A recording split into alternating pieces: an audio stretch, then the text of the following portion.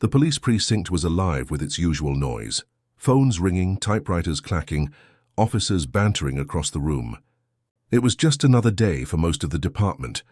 For one man, however, this morning would become unforgettable. Marcus Johnson, a tall black man in his early 50s, walked in through the glass doors. His clothes were simple, dark jeans, a clean plaid shirt, polished shoes. His demeanor was calm and dignified, but his eyes held the quiet weight of years of experience. He paused in the lobby, scanning the room. He wasn't there as a suspect, nor as a visitor.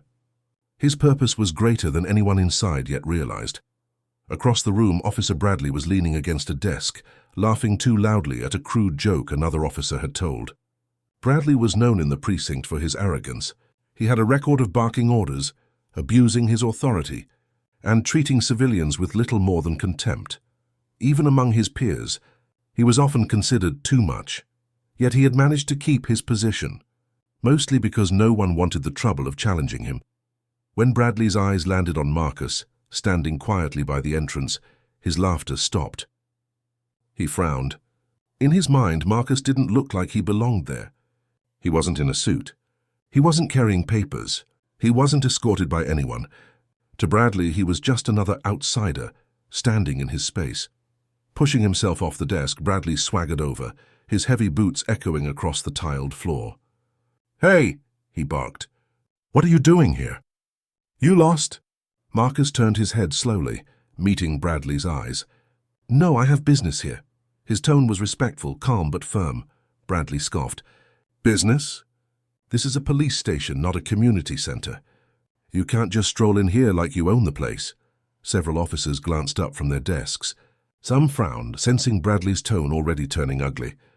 But as always, no one stepped in. Marcus kept his voice steady. "I'm here for a reason. An important reason."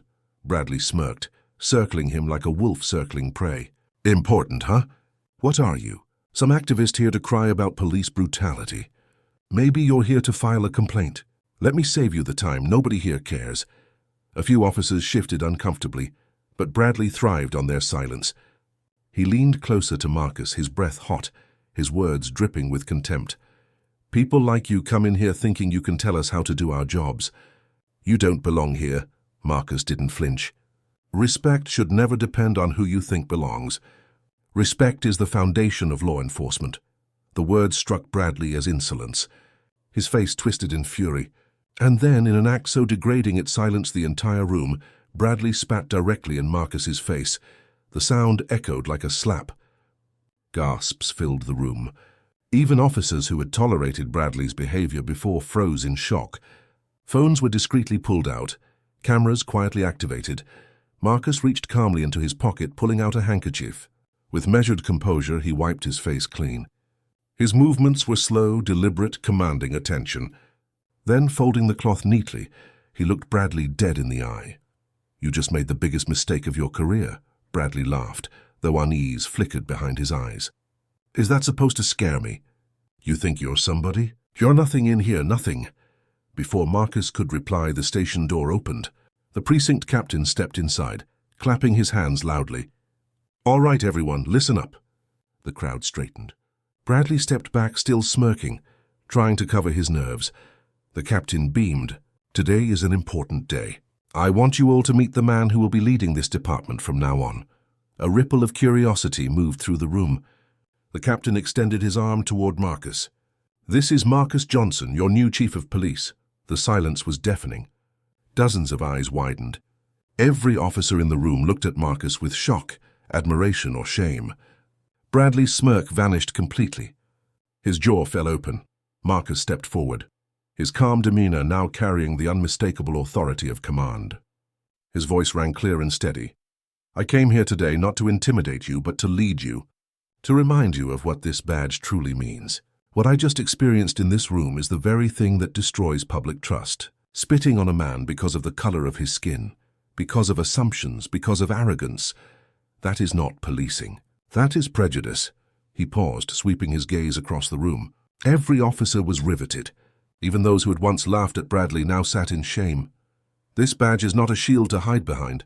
It is a promise to serve with integrity, fairness, and respect.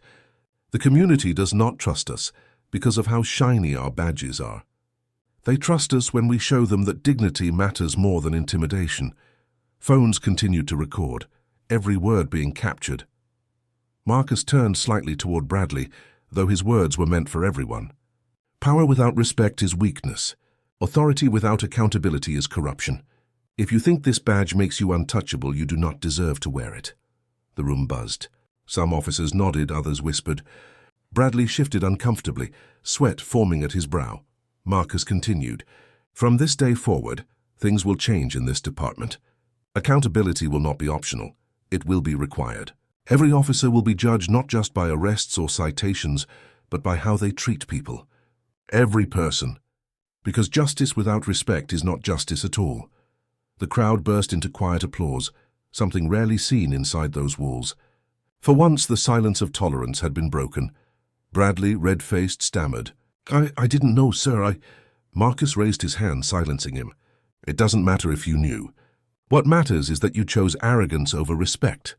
Learn from this moment, because next time it might not just cost you your dignity. It might cost you your badge." With that, Marcus turned and walked toward his new office. The captain followed, pride written across his face. The remaining officers stood frozen, some ashamed, some inspired.